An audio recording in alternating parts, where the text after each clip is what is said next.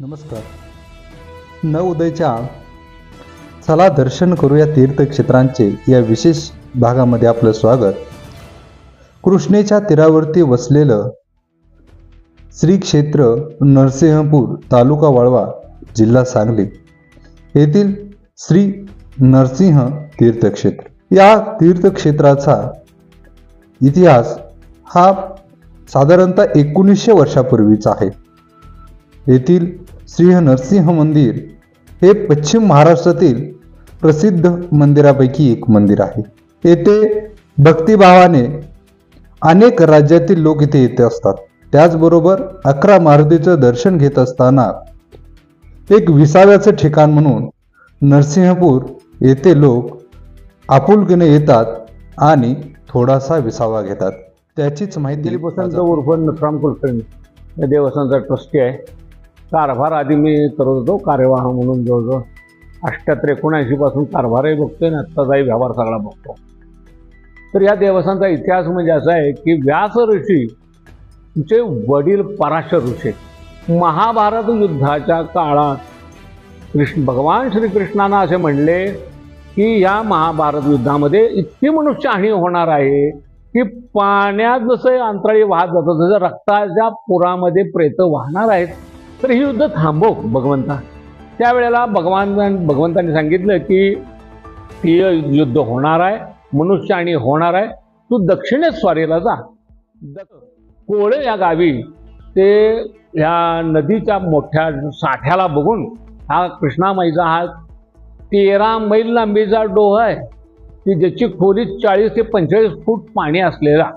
तर या ठिकाणी त्यांनी इथं साधना केली, थांबले आणि पुढे ते कोचीजवळ ते थेट खाली कोचीपर्यंत जातात. आगडी मठ म्हणून तिथं त्यांची समाधी आहे. सांगण्यात येतो असं की त्यावेळी त्यांना नरसिंहाचं दर्शन घेण्याची इच्छा झाली. त्याप्रमाणे त्यांनी भगवंताला प्रसन्न करून घेऊन नरसिंह स्वरूप बघायची इच्छा केली.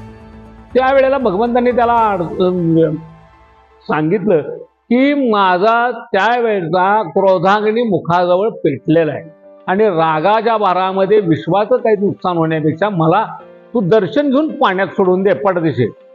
त्याप्रमाणे भगवान नरसिंहाचं स्वरूप त्यांना बघायला मिळालं. त्याचं वर्णन कृष्णा महात्म्यामध्ये व्यासांच्या या पराशर ऋषींनी केले. त्याचं व्यासांनी महाराज तिरुपतीच्या पायथ्याला अंजनी नावच्या गावामध्ये एका दाम्पत्याला अंधत्वाचा शाप झाला आणि उशापामध्ये नरसिंह क्षेत्रावर जा आणि नरसिंहाचं तिथं जाऊन साधना असलेलं दाम्पत्य इथं आलं, साधना केली आणि त्यावेळेस भगवंतांनी त्याला असं दृष्टांत दिला की मला पाण्याच्या वर काढ, मग मी तुला हे करतो, दृष्टी देतो. मग ते इथं कुंडलला पूर्वी यादवांचं राज्य होतं. त्या राजाला जाऊन तू सांग, त्याप्रमाणे तो रामदेव भीमक राजा तुला मदत करेल. तर ज्या ठिकाणी शुष्क काष्ट पेटतील म्हणजे अग्नी प्रगट होईल त्याच्या खाली मी आहे. म्हणून या क्षेत्रात ज्वाला नरसिंह तीर्थ असं क्षेत्र आहे.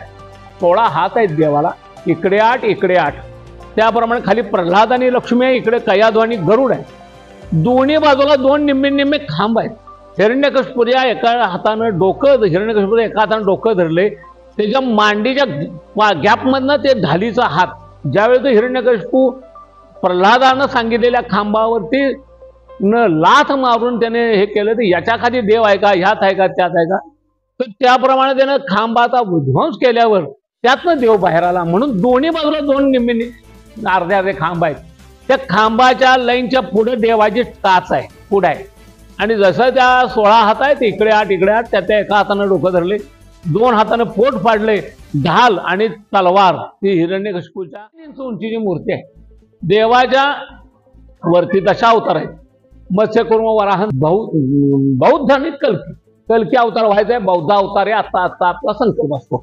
त्याप्रमाणे फक्त जे काय आहे याचं वैशिष्ट्य की देवाचं कीर्तिमुख आणि देवाचा अंगठा उजव्या पायाचा खाली जो उभा आहे तो डाव्या पायाच्या अंगठीची मांडी घातलेली आहे.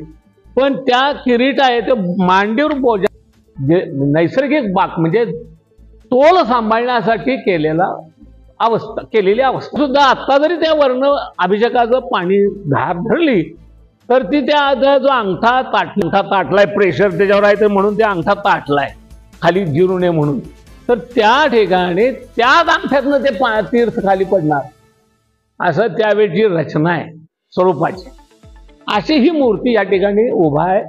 ही या गोष्टीला 19 मोठी स्थान आहेत. एक निरा नरसिंहपूर, एक टेंभुर्णी जवळ आहे पुणे तिथं, आणि हे आमचं पण ते पुणे जिल्ह्यात आहे.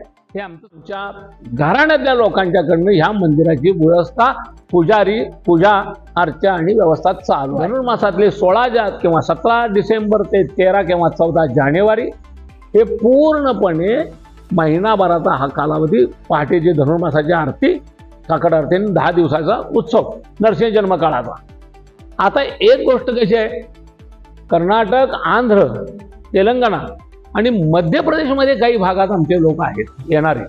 मुंबईसह महाराष्ट्रात भरपूर आहेत, पण मध्य प्रदेश आणि उत्तर प्रदेश या 2 ठिकाणाहून आमच्याकडे या भागातनं, उत्तरेतनं आणि दक्षिणेतनं 3 राज्यातनं आमच्याकडे लोक येतात आणि दर्शन घेऊन 2 वर्षातनं एकदा येऊ देत, पण त्यांना इथे यावं लागतं.